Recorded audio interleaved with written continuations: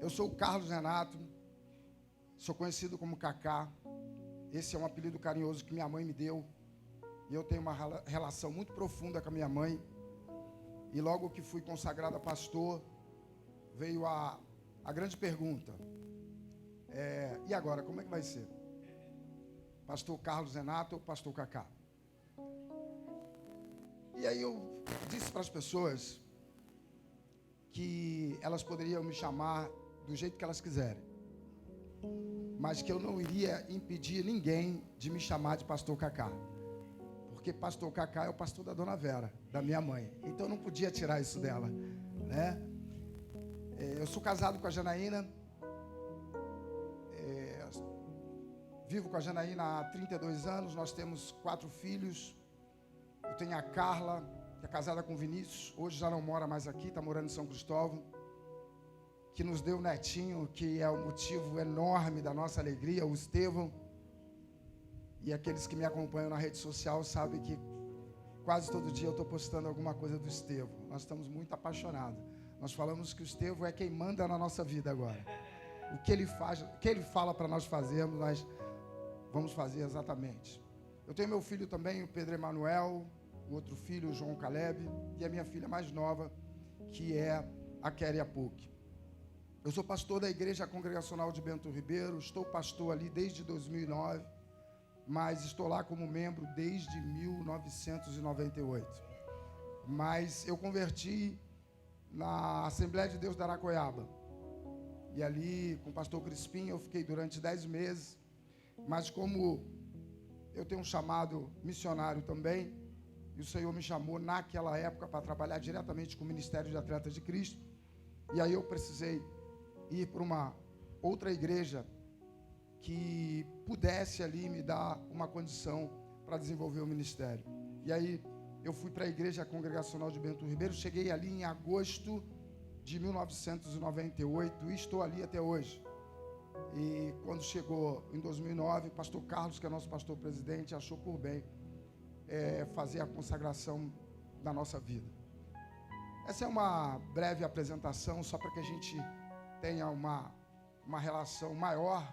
Eu digo àqueles que não me conhecem. Eu estou aqui dentro da favela do Muquiço há 25 anos. Há 25 anos trabalhando com projetos sociais. Trabalhei no Instituto Bola para Frente, quando ainda era o Centro Esportivo Jorginho. Depois passou ao Instituto Bola para Frente. Trabalhei 10 anos na subprefeitura da Zona Norte, que é aqui na Luiz Coutinho Cavalcante. 5 anos no Piscinão de Deodoro. E nos últimos 28 meses a gente está aí trabalhando com a CUFA. Nós estamos aqui dentro da favela. São 28 meses dando resposta para esse período terrível que foi o período da pandemia. Nós tivemos junto com a população. A CUFA nos permitiu desenvolver um trabalho extraordinário aqui. Nós aqui entregamos muito mais de 300 toneladas. Gente, eu não estou falando de 300 quilos, estou falando de 300 toneladas. Eu já fui na nossa base em Madureira, nossa base da CUFA. Já cheguei lá com um caminhão e vim com um caminhão com 8 toneladas. De uma só vez eu trouxe 1 tonelada de cesta básica. E eu fico muito feliz por isso. Poder estar aqui é o meu chamado, é o meu território, é a minha terra. Eu não abro mão de estar aqui e de estar saindo daqui para buscar coisas que desenvolvam o território. E mais uma vez, nessa noite, eu estou aqui exatamente para isso. E eu trago aqui um desafio, um convite de Deus para você. Tem muita gente que escreve nos nossos muros, nos muros da nossa favela, que o Muquiço é do Senhor. Eu já ouvi isso. Você já leu isso. Tem versículos bíblicos por tudo quanto é lugar. Mas se quem escreve não se comporta como crente, adianta pouco. Adianta pouco. Escrever que o Muquiço é do Senhor. Se o meu comportamento não diz que o Muquiço é do Senhor, não adianta muito. E essa é uma noite que eu vim aqui para fazer um convite de Deus para a tua vida. Para que você seja esse muro escrito para essas pessoas que estão aqui fora.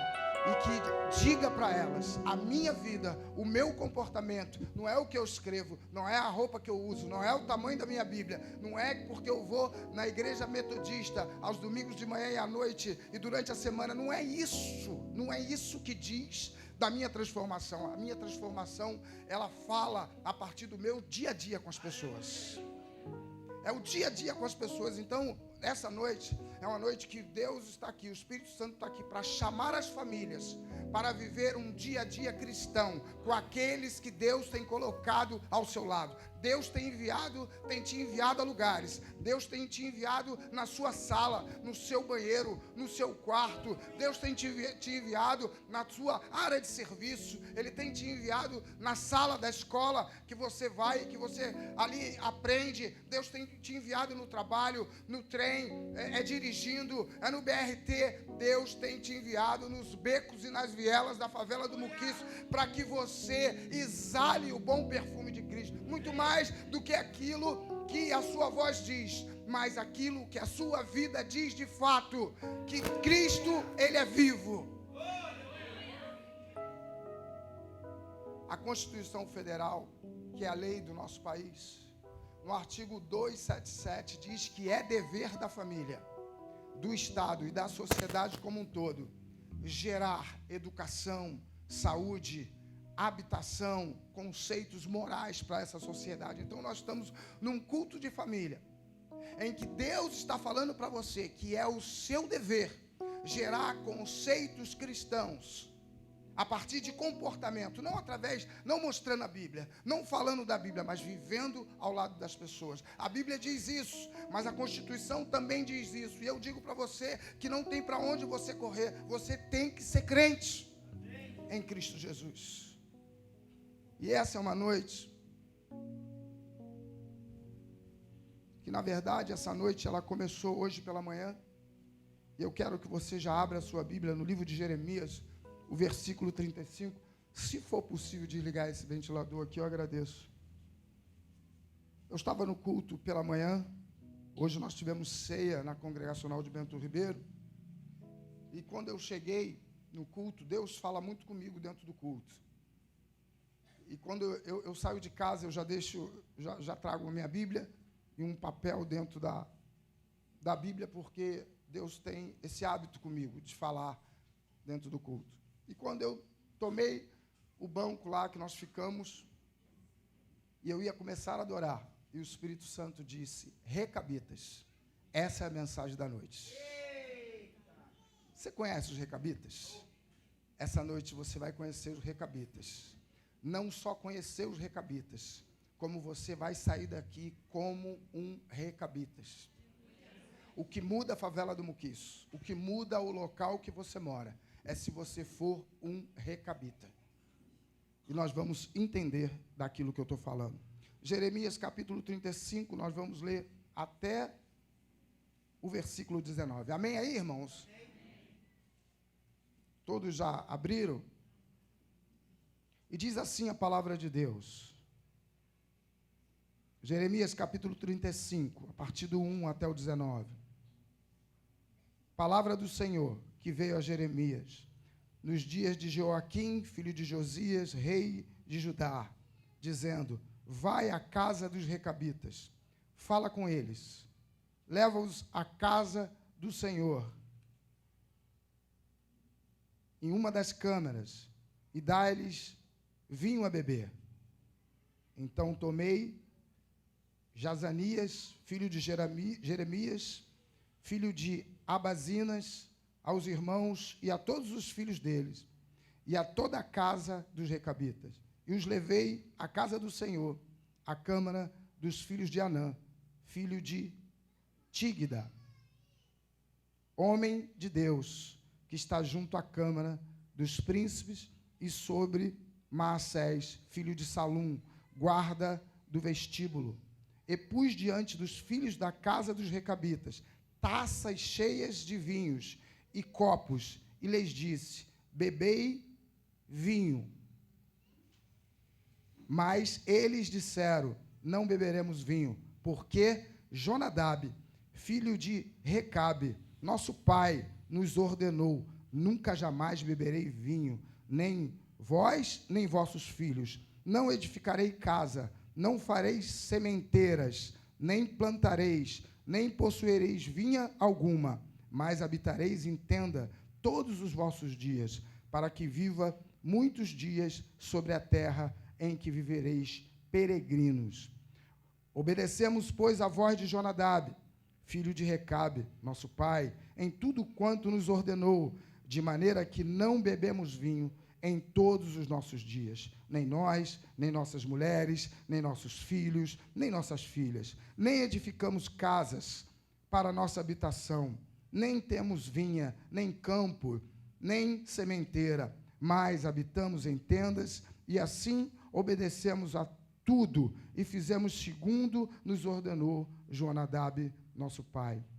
Quando, porém, Nabucodonosor, rei da Babilônia, subiu a esta terra, dissemos: vinde e refugiemos em Jerusalém, por causa do exército dos caldeus e dos sírios, e assim ficamos em Jerusalém. Então veio a palavra do Senhor a Jeremias, dizendo: assim diz o Senhor dos exércitos, o Deus de Israel: vai e diz aos homens de Judá e aos moradores de Jerusalém: acaso nunca aceitareis a minha advertência para obedecerdes às minhas palavras, palavras do Senhor?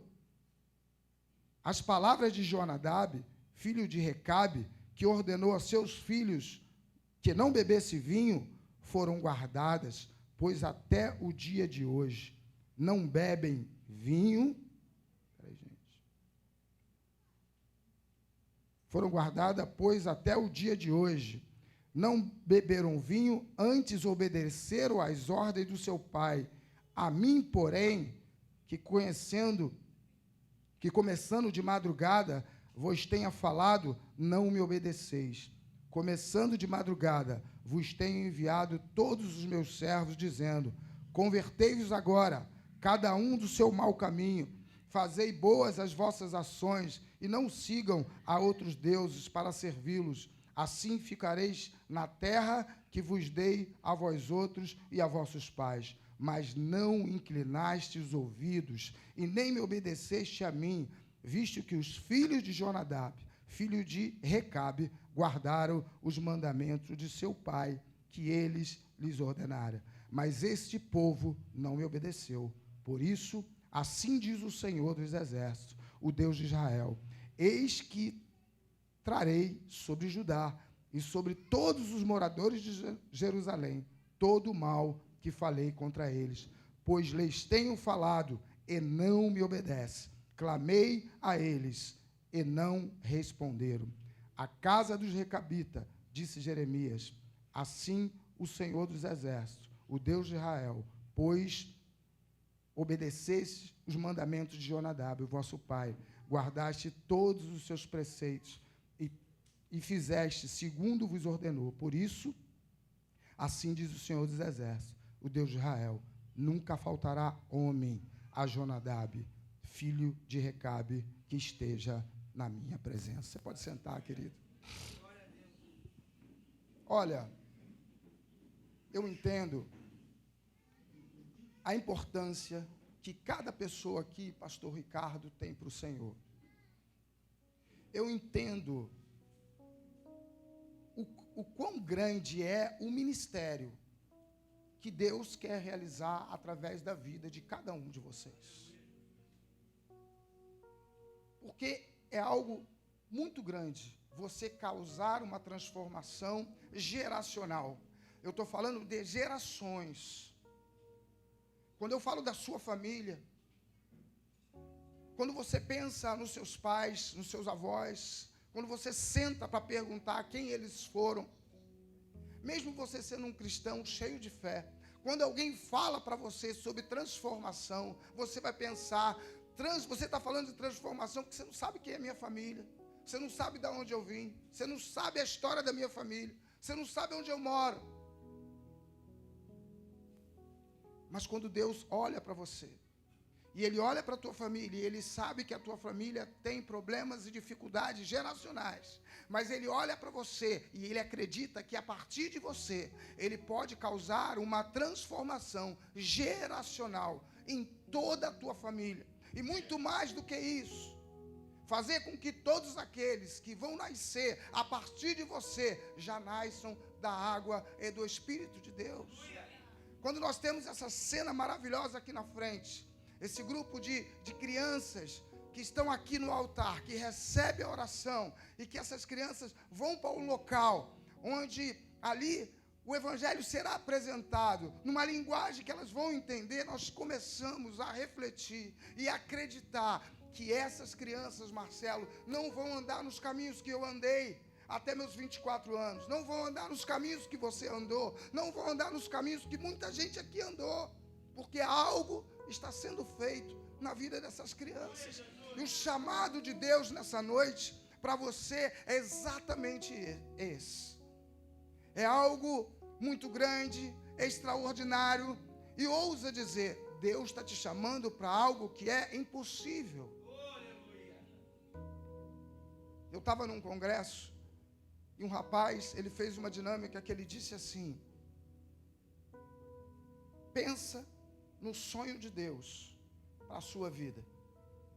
Pensa no sonho de Deus. Pegue um papel, escreva o sonho de Deus. Aí depois ele perguntou, você já escreveu o sonho de Deus? Eu já escrevi o sonho de Deus. Aí ele perguntou, esse sonho que você escreveu, é possível de você realizar? Aí aquele grupo que estava ali disse assim, olha, o sonho que eu escrevi é possível de ser realizado por mim. E aquele líder que estava conduzindo a dinâmica, ele falou assim, se você tem um sonho que você consegue realizar, esse sonho não é de Deus. Porque o que Deus põe na nossa mão, só Ele pode realizar.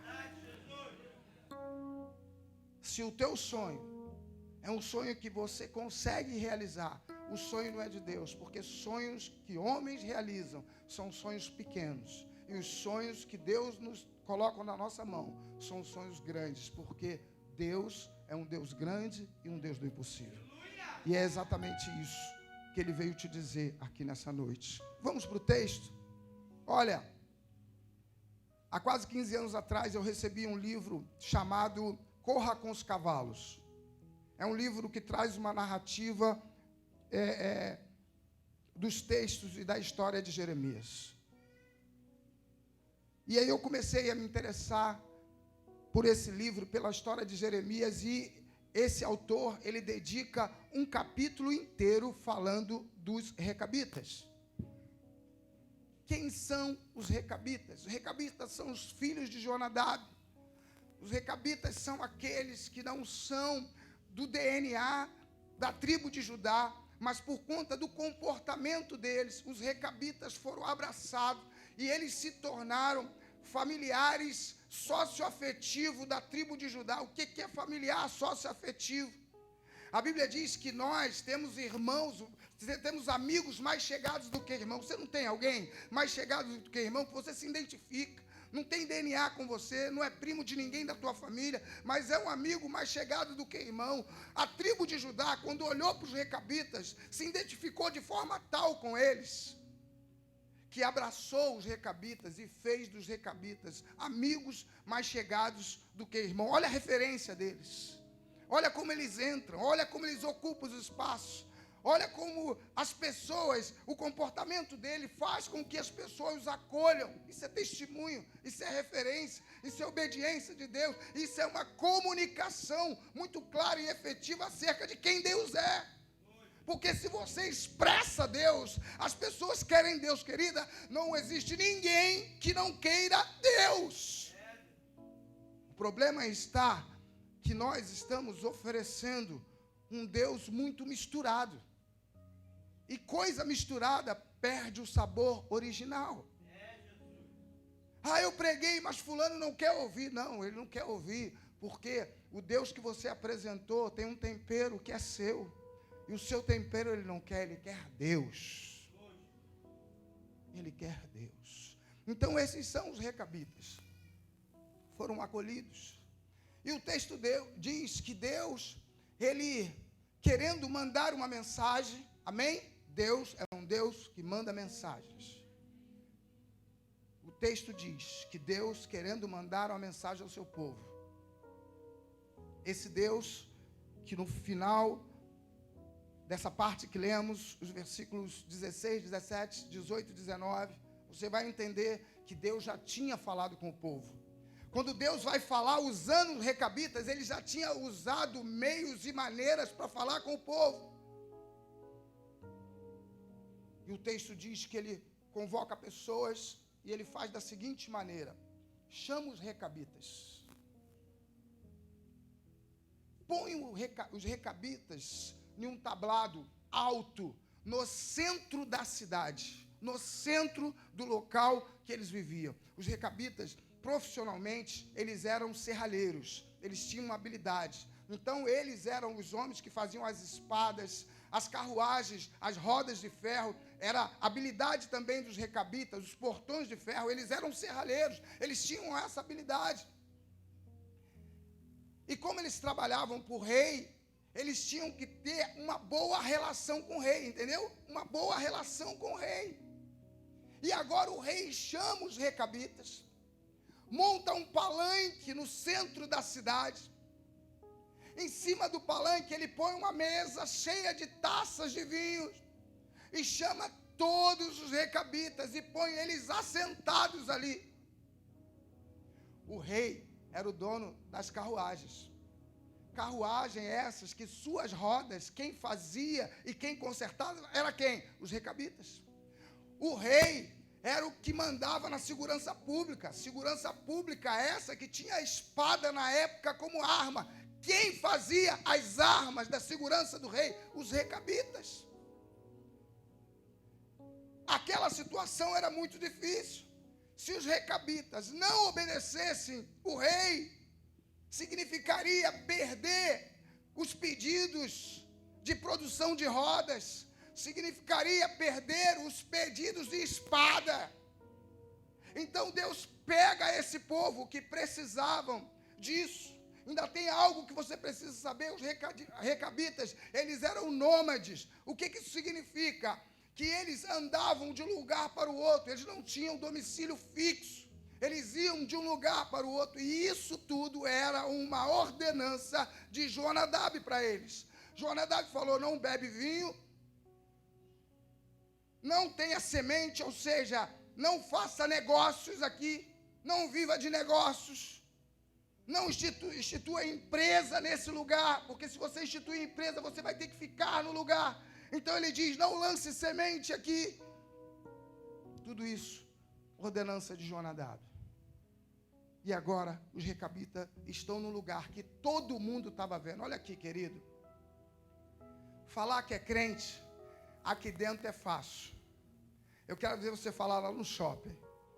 Falar que aqui dentro é crente é fácil. Quero ver você falar lá na escola, com aquele professor de filosofia lá, cheio de pensamentos que Deus não existe. Lá na rodinha dos teus amigos, lá naquele grupo que você quer ser aceito. E se você falar algo diferente deles, eles vão te rejeitar. E ali estavam os recabitas, naquela situação. E o homem mandado pelo rei, enviado pelo rei. E aquele homem era enviado pelo rei, na influência do Espírito de Deus. E os recabitas, eles sobem naquele lugar. O vinho é oferecido. E os recabitas dizem para aqueles homens: Jonadab, o nosso pai espiritual, ele disse que nós não colocamos vinho na boca. Ele disse que nós não moramos em casas. Ele disse que nós não permanecemos em um mesmo local. E quando eles se posicionam daquela forma, mesmo sabendo que eles poderiam perder o emprego, mesmo sabendo que eles poderiam ser expulsos daquela cidade, mesmo sabendo que eles poderiam desagradar o rei e desagradar publicamente, eles mantiveram a cultura e o ensinamento que Jonadab deixou para eles. Existe uma parte do texto, capítulo 35, versículo 8, diz assim: obedecemos, pois, a voz de Jonadab. Obedecemos, pois, a voz de Jonadab. O que os recabitas tinham como referência? Quem era o farol dos recabitas? Para quem eles olhavam? Quem era a direção dos recabitas? Quando vinha uma dúvida, e a dúvida vem para mim, para você, Quando vinha uma situação difícil, quando vinha aquela situação que eu não sei o que fazer e você também não sabe. Para quem os recabitas olhavam? Olhavam para Jonadab. Sabe qual é o nosso problema hoje? Nós não queremos instituir Jonadabs na nossa vida. Nós estamos sofrendo de uma síndrome terrível, pastor Ricardo, que se chama síndrome da emancipação precoce. A criança de 8 anos de idade, você vai orientar, olha o buraco, eu já sei. Como tu sabe? Tu nunca nem andou na rua, primeira vez que vai na rua, você quer orientar sobre o buraco, ela já diz que sabe. Tem gente com 17 anos de idade que já diz que é advogado, é médico, é professor, é pastor. Gente que chegou hoje na igreja, o pastor está pregando, ela já está corrigindo o sermão. Porque ela não se permite ter um Jonadab na sua vida. Não permite ter uma referência na sua vida. Mas é exemplo dos recabitas. Eles carregaram as gerações. Nós estamos falando de gente que obedece, que guarda a cultura de alguém que passou para eles há gerações, o mesmo ensinamento, nada mudou. O texto diz que eles obedeceram tudo, exatamente tudo que Jonadab passou para eles. E foi isso que fez com que esse povo alcançasse a aprovação no coração de Deus. Olha, gente, primeiro tópico dessa mensagem é a referência. Quem é a tua referência? Quem é o teu farol? Quem é que te ensinou a ser aquilo que você é? Pense nisso. Ficou constatado no versículo 19 que aquilo que os recabitas eram porque aprenderam com Jonadab. E aí eu te faço uma pergunta. Aquilo que você é como pai, culto da família, aquilo que você é como mãe, aquilo que você é como filho, aquilo que você é como avô, como uma avó, aquilo que você é por quê e por quem? Debaixo de que influência, de orientação e organização você chegou aqui nesse lugar? Quando eu converti, queridos,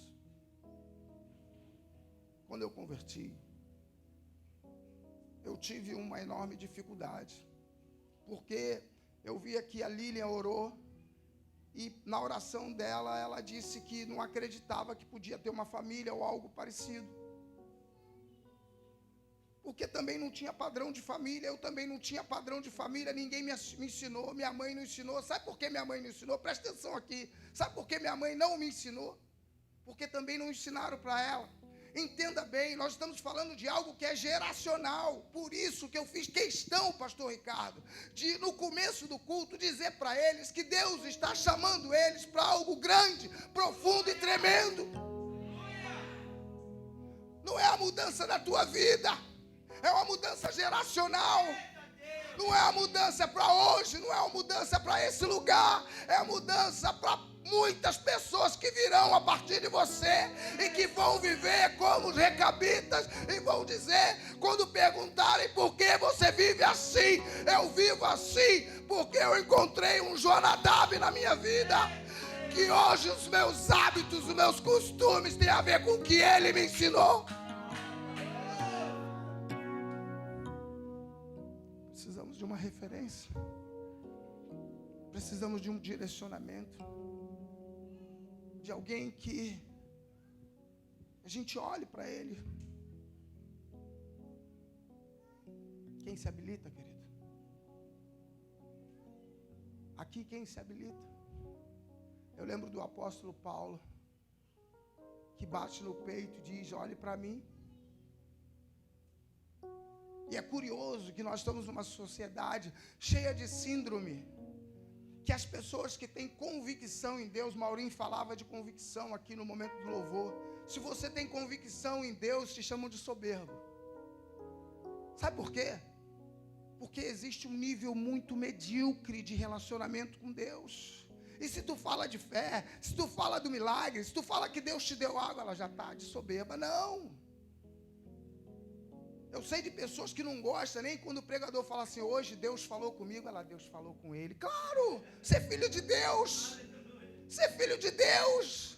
Deus fala com ele toda hora, Deus fala com ela toda hora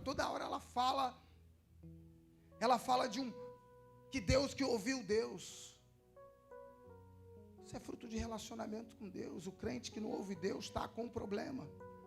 E vou além, o crente que não ouve Deus todos os dias está com grave problema. Porque todos os dias temos que tomar uma decisão em Deus. Temos que tomar uma decisão em Deus. Então o momento é de se posicionar, querido. De buscar ser essa referência dentro da sua casa. E eu não estou falando só para os homens. Eu não estou falando só para as mulheres. Eu estou falando para todos aqueles que podem me ouvir. Quem tem ouvido, ouça o que o Espírito diz à igreja. É ser uma referência. Seu filho precisa, essa favela precisa de referência. Se você não for, você sabe quem vai ser. E aí não adianta ir para a rede social e fazer discurso político de família conservadora. Se você mesmo não demonstra isso, querido, a igreja não precisa ficar preocupada que alguém vai assumir o governo e agora vai liberar essa lei e vai liberar outra lei. Nós estamos diante de um texto aqui que os recabitas, eles estavam dentro de um contexto de promiscuidade, eles estavam dentro de um contexto de corrupção, eles estavam dentro de um contexto que a organização familiar não era a organização deles, porém, eles tomaram a decisão de servir ao Senhor e de dizer, aqui na minha casa eu vou viver como Jonadab falou. É pronto, querido. Eu fico assim, sabe? Tem alguns crentes que estão com medo de alguma coisa. Querido, faz culto doméstico. Tem gente que fala assim, meu filho entrou na faculdade. Será que ele vai desviar? Se você fizer culto doméstico, se você der testemunho, se você demonstrar quem é Deus, se você mostrar para ele, se ele começar a ouvir você trancar a porta, se ele ver você trancar a porta do quarto, e ele na sala, ele perceber que o fogo está caindo lá dentro, pode botar o professor de filosofia, sociologia, o professor que quiser. Porque o Espírito está nele. E ele tem demonstração disso dentro da sua casa. É referência, queridos. É referência. Precisamos ser uma referência para essas pessoas. E olha, eu tenho atendido algumas pessoas. Em Bento Ribeiro a gente atende muita gente. Segunda a sexta. A gente acaba atendendo até pessoas que vêm de outras igrejas. Tanto eu quanto minha esposa, nós atendemos muita gente há muito tempo. Há muito tempo. E uma coisa que me intriga muito é crente que não perdoa. Tudo bem, alguém te machucou. Tudo bem. Você está machucado, está doendo. Está com raiva, está irado. A Bíblia diz, não deixe o sol se pôr sobre a vossa ira. Eu atendi um caso de uma pessoa que ela se casou com um homem, mas esse homem, ele já tinha um outro relacionamento e ela sabia. E aí eles se casaram. Do outro relacionamento, esse homem trouxe um filho. E sabe o que ela impôs para o homem? Você não vai ver esse teu filho. E ela teve coragem de falar isso num gabinete pastoral. Mas como assim? Aquele filho do outro relacionamento, ele fica sem pai? É isso? E o seu marido que tu ama tanto, você está tolhindo ele do direito de ser pai, porque esse relacionamento foi gerado antes de você, e que você aceitou casar com ele dessa forma. Ele você quer, mas a paternidade dele você está mutilando. Sabe, gente, existem algumas coisas que não cabem dentro do Evangelho. Não cabe dentro do Evangelho. Crente que não perdoa, crente que deseja a morte, crente que diz Bandido bom é bandido morto. Meu Deus do céu. E pior quando é crente favelado. A gente vê na rede social, o crente favelado está correndo um risco. Além de não ter o Espírito Santo, deve estar louco, porque está falando dentro de um território que nós vivemos. O cara falar uma coisa como essa, mas fala. Ele aprendeu isso com quem, gente? Quem foi o recabita da vida dele? Quem foi o Jonadab da vida dele? Nós estamos precisando de referências, querido. João capítulo 17, você anote aí. 17, versículo 9. Fala da cultura do exemplo e da demonstração do mesmo. E o versículo diz assim: é a favor deles que eu me santifico a mim mesmo, para que eles também sejam santificados na verdade. Você sabe quem é que está dizendo isso? Essa é uma conversa de Jesus com Deus, mas ele conversa com Deus na frente de um monte de gente. Então, o que ele está dizendo? Ele falou assim, ó, Deus, olha, eu estou me santificando em você, para que eles vejam isso e tenham isso como exemplo. O que Jesus está dizendo? Olha, eu estou fazendo isso aqui, sabe para quê? Para que eles vejam e façam o mesmo. Jesus não estava pregando para a multidão, não, queridos. Jesus estava evangelizando pelo exemplo. Não era palavra, não era Bíblia grande, não era terno, não era entrar e sair do templo. Ele estava usando de uma estratégia comportamental, um comportamento dele com o Pai, para que todos aqueles que estivessem vendo pudesse ter aquela relação como exemplo.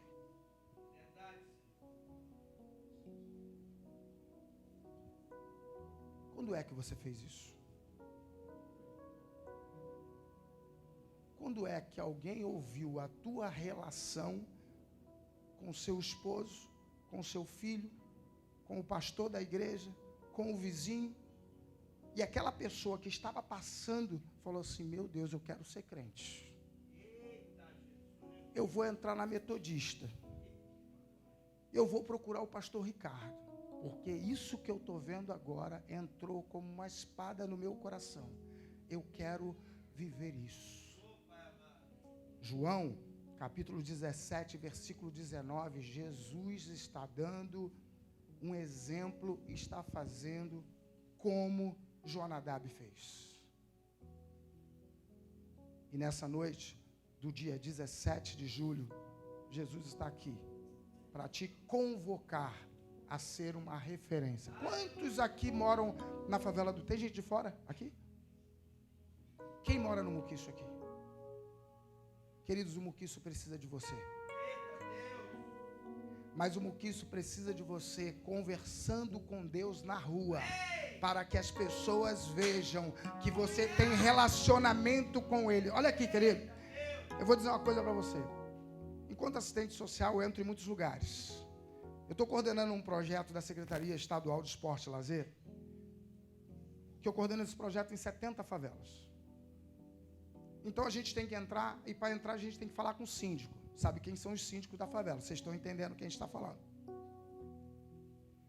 E a gente tem contato com as autoridades da secretaria, temos contato com os síndicos da favela, temos contato com a equipe que nos apoia nessa situação. Eu não sei se você vai ficar escandalizado comigo, mas eles não sabem que eu sou pastor. Não sabem e nem vão saber. E nem vocês vão contar, tá? Por favor. Não vai me encontrar num lugar, pastor! Eu estou lá na minha estratégia, você acabou de me denunciar. Sabe por que isso? Porque eu tenho uma certeza no meu coração, pastor Ricardo, que vai chegar uma hora que eles, por curiosidade, por ver o comportamento, eles vão falar assim, rapaz, vem cá, estou te observando. Nós falamos desse assunto, você não comenta. Nós contamos dessa piada, você não ri. Nós falamos mal do chefe, você não fala. Nós armamos esqueminha na rua, você não arma esqueminha na rua. Quem é você? Sabe o que eu vou falar? Quer saber mesmo? Eu não quero falar. vou dizer isso para eles, eu não quero falar. Porque quando você fala, olha gente, o brasileiro, ele é curioso e fofoqueiro. Aí o povo de Deus tem que ser estratégico, né? Porque o cara que quer muito, ele baixa a guarda, ele abre o coração. Não, pô, não quero falar da minha vida com você não. Pô. Tu quer saber mesmo? Eu quero. Falei, cara, para você saber, sai do meio da multidão, vem pro canto. Eu vou te dizer quem eu carrego. E aí ele vai abrir o coração, eu tenho certeza disso. Eu já tenho observado algumas pessoas olhando e já estão intrigados. Eu sei que estão intrigados. Alguém pode estar pensando assim, ele acha que é melhor do que alguém. Claro que não, pô. Tem um monte de gente que conhece a minha vida aqui, sabe que eu não sou melhor do que ninguém. Sabe de onde eu vim e o que eu já fiz aqui nessa favela. Mas só que eu assumi um compromisso de gratidão. Querido, eu quero sangrar. Eu quero sangrar a minha carne. Eu quero sangrar o meu Ismael para que Isaac cresça. Se Isaac crescer, que é a promessa, Deus é glorificado. E tudo aquilo que ele fez na minha vida, eu preciso carregar com gratidão. Eu preciso regar com gratidão. E a minha forma de regar com gratidão é manter a minha carne pregada na cruz o tempo todo. Como diz João Batista, o importa que eu diminua e que ele cresça. Quando os recabitas, eles se tornam ali referência, Deus coloca eles no lugar de referência. Ali eles estão crucificados. Ali eles estão, o Ismael deles está agarrado na cruz. Sabe por que eu chamo de Ismael? E eu quero te dizer que você precisa colocar o teu Ismael na cruz. Você conhece a história bíblica de Abraão, de Sara, de Ismael e de Isaac? O texto diz que Deus faz promessa para Abraão, não é isso? A mulher dele ri, né? Você sabe disso, que a mulher dele ri. E aí, quando eles chegam em casa, a mulher deles traz a Agar, sabe? Agar, a serva. E coloca a Agar para ter relacionamento sexual com Abraão. E ali é gerado um filho, que não era filho da promessa, foi filho da carne.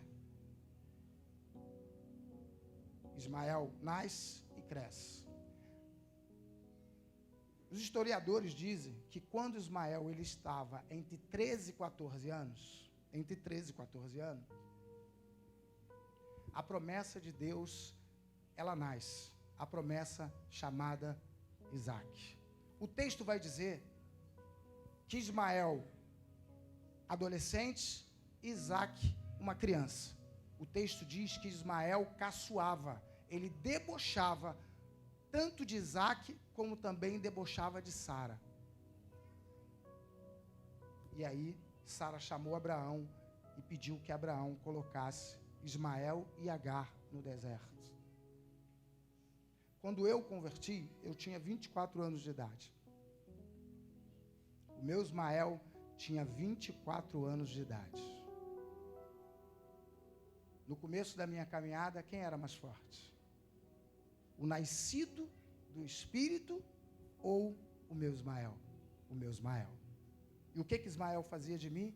Ria de mim.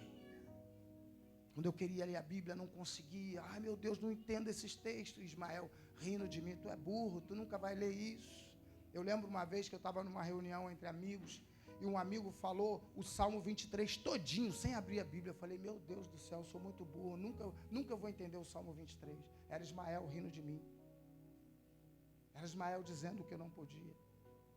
E assim, durante muito tempo, hoje, pensando, eu vejo o que Ismael fazia na minha vida já desde crente. Por quê? Porque ele era mais velho.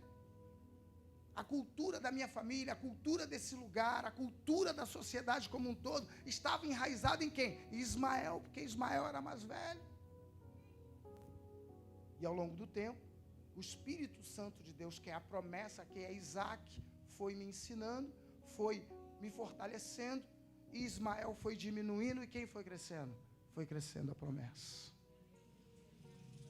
Mas se você leva Ismael para a academia, se você pega Ismael e põe aqui do lado, na esquina do encanamento, no pastelzinho com caldo. Terrível. Para ali, quer comer 1, 2, 3. Aí Ismael fica como? Ismael fortão. Quem vai conduzir a tua vida? Sabe quando você vai ser Jonadab? Se você alimentar, parar com o Ismael ali na esquina e ficar fortalecendo Ismael, nunca você vai ser Jonadab. Por isso que eu digo para você, eu não sou melhor do que você. Eu não vim aqui para te exortar, muito pelo contrário, eu vim aqui para te despertar e te ativar. E dizer para você, se você colocar Ismael na cruz, Isaac vai crescer. E você vai ser um Jonadab nesse lugar. Reduz Ismael e deixa Isaac crescer. E aí você vai conseguir dar não para as coisas que muitas das vezes não consegue. Primeiro tópico, a referência, Jonadab. Segundo tópico, a obediência. Quem nós obedecemos?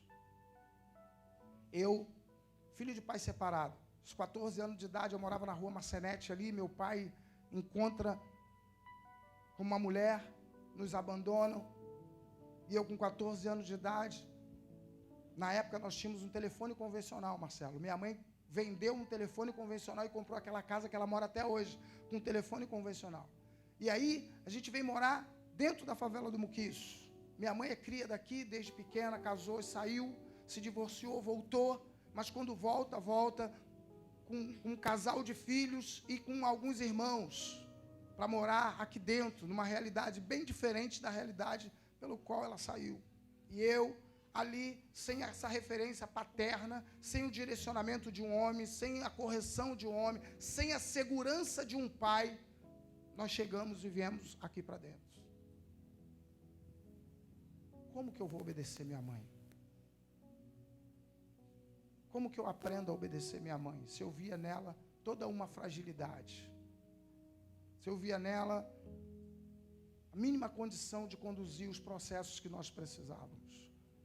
O texto diz que os recabitas, quando o homem foi lá falar para eles, colocou eles naquele palanque e disse, tome vinho, eles falam uma coisa que é muito interessante. Versículo 8, eles dizem, nós ouvimos a voz de Jonadab. Nós ouvimos a voz de Jonadab. Queridos, nós precisamos de uma voz. Nós precisamos de uma voz. Nós não precisamos de um grito. Nós não precisamos de uma música. Nós não precisamos do som de um instrumento. Nós precisamos de uma voz e de uma voz de alguém que é referência para nós. Alguém que já tenha consolidado uma relação conosco de admiração. Alguém que você queira ser como tal. E a partir dessa relação, você começa a inclinar os ouvidos para ouvir o que essa pessoa tem para te dizer. Quem é essa voz? Aonde está essa voz? Esse lugar precisa dessa voz. Esse lugar precisa dessa voz que orienta, essa voz que é a voz da sabedoria. Esse lugar precisa, eu não estou falando desse lugar, a igreja metodista, eu estou falando desse território. A minha visão, ela é missionária. Quando eu falo, a minha mente gira para missões, a minha mente gira para transformar a pessoa, a minha mente gira para transformar lugares. E os lugares só são transformados através da minha vida e da sua vida. Então eu me torno referência. Depois que eu me torno referência, eu passo a ser uma voz.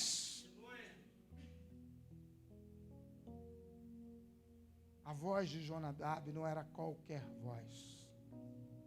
A voz de Jonadab era a voz de quem ensinava por exemplo. E por ensinar por exemplo, as pessoas inclinavam o ouvido para ouvir Jonadab. Esse é um lugar, esse território é um território que está precisando de uma voz, a voz de uma referência. E essa é uma noite que Deus veio aqui para te dizer isso. Essa voz, existe o primeiro lugar, existe um primeiro lugar que essa voz precisa ecoar. Se ela não ecoar nesse lugar, ela não vai ecoar em lugar nenhum. É dentro da sua casa e dentro da minha casa. Não dá para gerar cultura, não dá para formalizar hábitos em outros lugares, se você ainda não formalizou dentro da sua casa. Não dá para ser exemplo na rua, se você ainda não é exemplo dentro de casa. Não dá para ser exemplo na igreja, se você não é exemplo dentro de casa. Não dá para ser exemplo na esquina, se você não é exemplo para o vizinho. Não dá para ser exemplo em lugares distantes, se depois que você se converteu, nunca mais você teve tempo para ir na festa de família. E agora tem uma crise na família. E você, como é o crente, você vai se colocar na posição para ser voz na família. A tua família não vai te ouvir, porque você nunca teve tempo para ela. Porque você diz que nas festas de família tem bebida, nas festas de família tem briga, aí você não vai lá. Que tal você pensar se na festa que tem bebida, na festa que tem briga ao final, que tal você pensar que se você estiver lá, a cerveja vai aguar e a briga vai ser transformada em quebrantamento e em choro ao final, simplesmente porque alguém que fala com Deus está no lugar. Simplesmente porque alguém que fala com Deus, que obedece a Deus, está no lugar. Alguém que é voz. Que tal isso?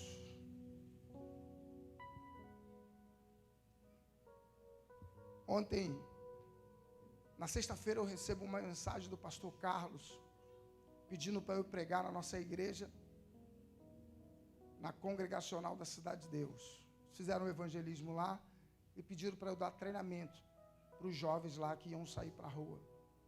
E eu fui lá, eu tinha algumas coisas para acertar com ele, e foi de um dia para o outro, mas eu falei, eu gosto de favela, eu vou lá falar, eu tenho experiência com isso, com evangelismo de rua, evangelismo de impacto. Eu vou lá para falar com aqueles jovens e chego lá, eu acerto algumas coisas que preciso acertar com ele. Quando eu cheguei lá no local, a primeira coisa que eu fiz, cadê o pastor Carlos? E aí o jovem que estava lá à frente falou assim, pastor Carlos, ele não veio. Eu falei, caramba, o pastor Carlos aprontou uma pegadinha, me trouxe para cá e não veio.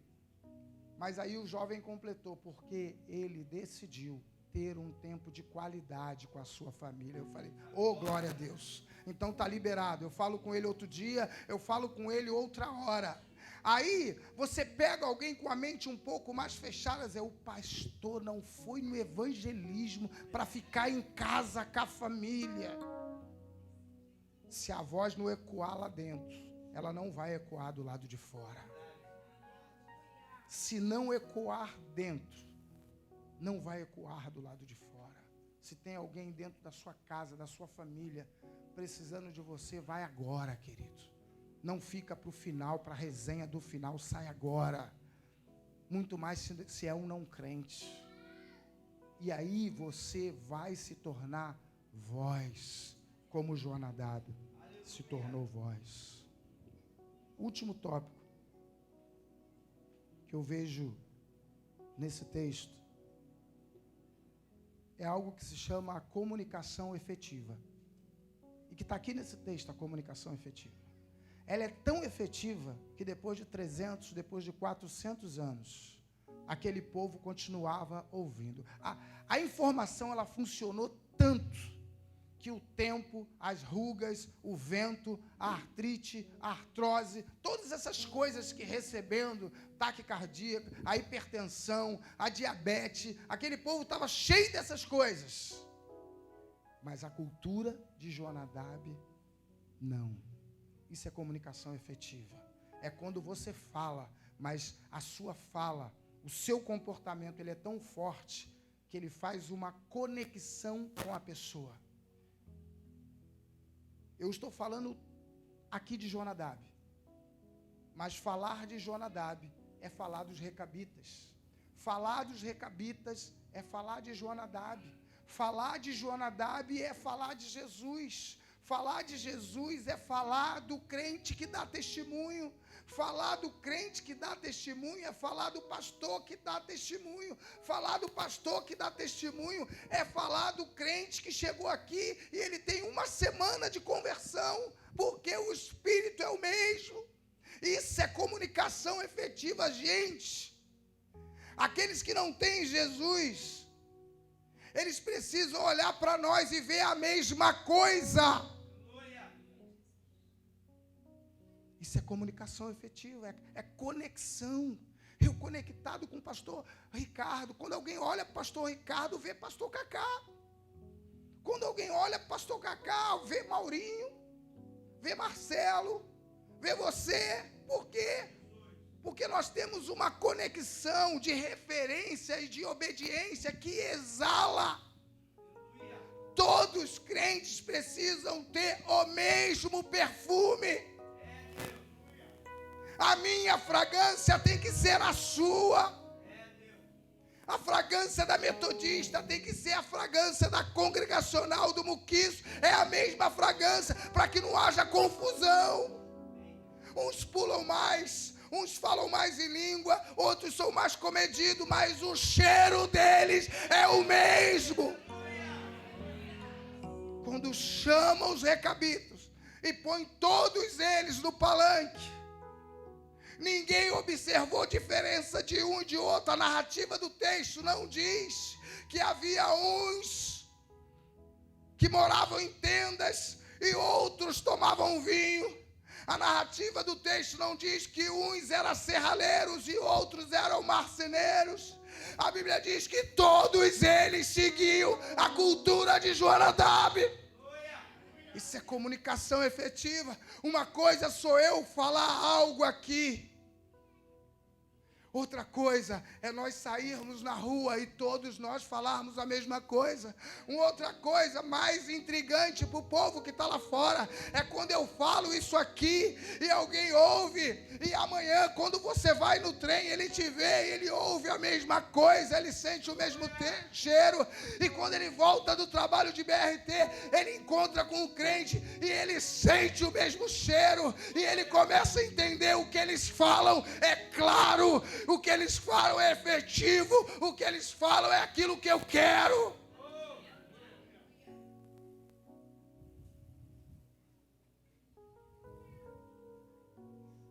A nossa comunicação precisa ser essa. Não houve dúvida em ninguém. Olha o texto, não teve dúvida. Não havia dúvida sobre quem eles obedeciam, não havia dúvida sobre o que eles obedeciam, não havia dúvida sobre o que eles falavam, não houve dúvida.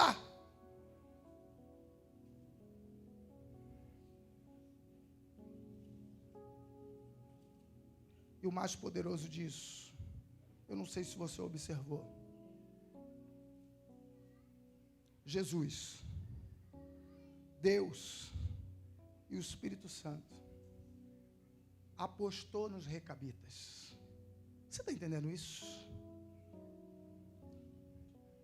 Quando Deus te põe no lugar alto, quando Deus te faz figura de destaque, Ele está dizendo assim: eu acredito que se apertar sai o meu cheiro. Eu acredito, se pisar no pé dele, vai sair o meu cheiro. Eu acredito, se alguém esbofetear do lado esquerdo, eu acredito que ele dá o lado direito. Deus apostou naqueles homens, falou assim: olha, é meio que aquele texto de Jó, que o diabo estava rodeando a terra, e Deus diz para ele: viste meu servo Jó? E o diabo com toda a sua ardileza, Ele diz: mas você dá filhos bonitos para ele, ele é um homem rico, fazendeiro, tem negócios, por isso que ele te serve. Aí Deus falou assim: pode tocar, só não tira a vida, você vai ver se ele me nega ou se ele não me nega. Jogou as fichas em Jó, falou assim: eu aposto nele. É como aquele pai que leva o filho para o jogo de futebol e ele fica no alambrado, o filho corre com a bola, ele vai junto torcendo. E aí você olha, quem é aquele cara que está correndo para um lado e para o outro? Pode ter certeza, tem um filho dele dentro de campo. Na bandeira tem a foto do filho, na camisa tem o nome do filho, a meia tem o nome do filho, na carteira tem a foto do filho. Você vai ver no carro dele, tem um adesivo do filho. Jesus é assim com você. A tua foto está lá com ele. O teu nome está na perna dele. E ele está apostando em você. Sabe o que ele está dizendo agora? Pode montar o palanque. Pode botar o tablado bem alto. Eu vou colocar ele lá em cima. Pode oferecer o que for, ele não vai pegar, porque ele é meu filho, eu aposto nele. Eu acredito nele, eu invisto nele. Pode colocar no alto, pode oferecer o que tu quiser. Como o diabo falou para Jesus lá em cima do pináculo: eu te dou todo esse reino se prostrados me adorarem, Deus. Não. Essa é a aposta que Deus está fazendo em você. E eu quero te fazer uma pergunta: você aceita?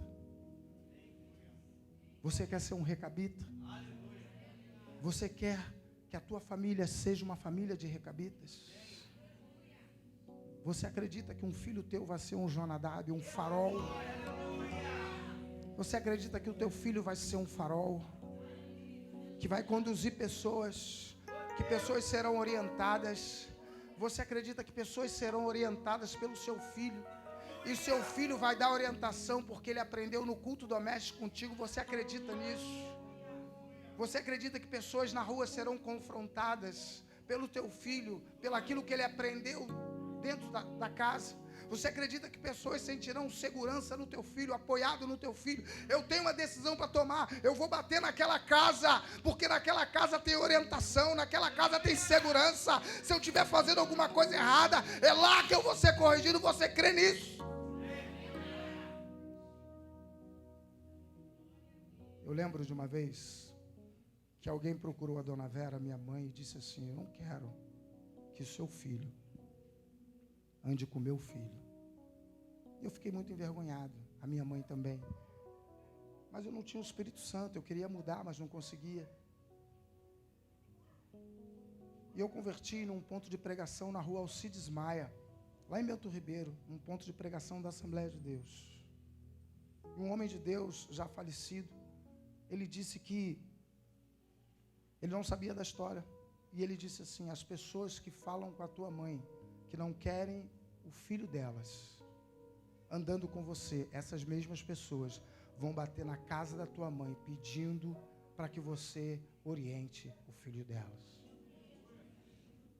Querido, passou 4 meses e isso de fato aconteceu. E vem acontecendo até hoje. Deus quer fazer isso com você. Deus quer fazer isso com a sua família. Hoje é culto de família. Mas hoje não é culto da sua família, querido. Tire essa ideia. Você não tem família. Você tem a família do Senhor. A família não é sua. A família é de Deus. A família é do Deus que manda montar o palanque. E Ele diz: pode colocar aqueles em cima, porque eles vão glorificar e exaltar o teu nome. Porque eles geram padrão. Eles geram cultura. Eles estabelecem padrões a partir da minha vida. Ele quer fazer isso com você. Você pode ficar de pé. Eu quero orar por você.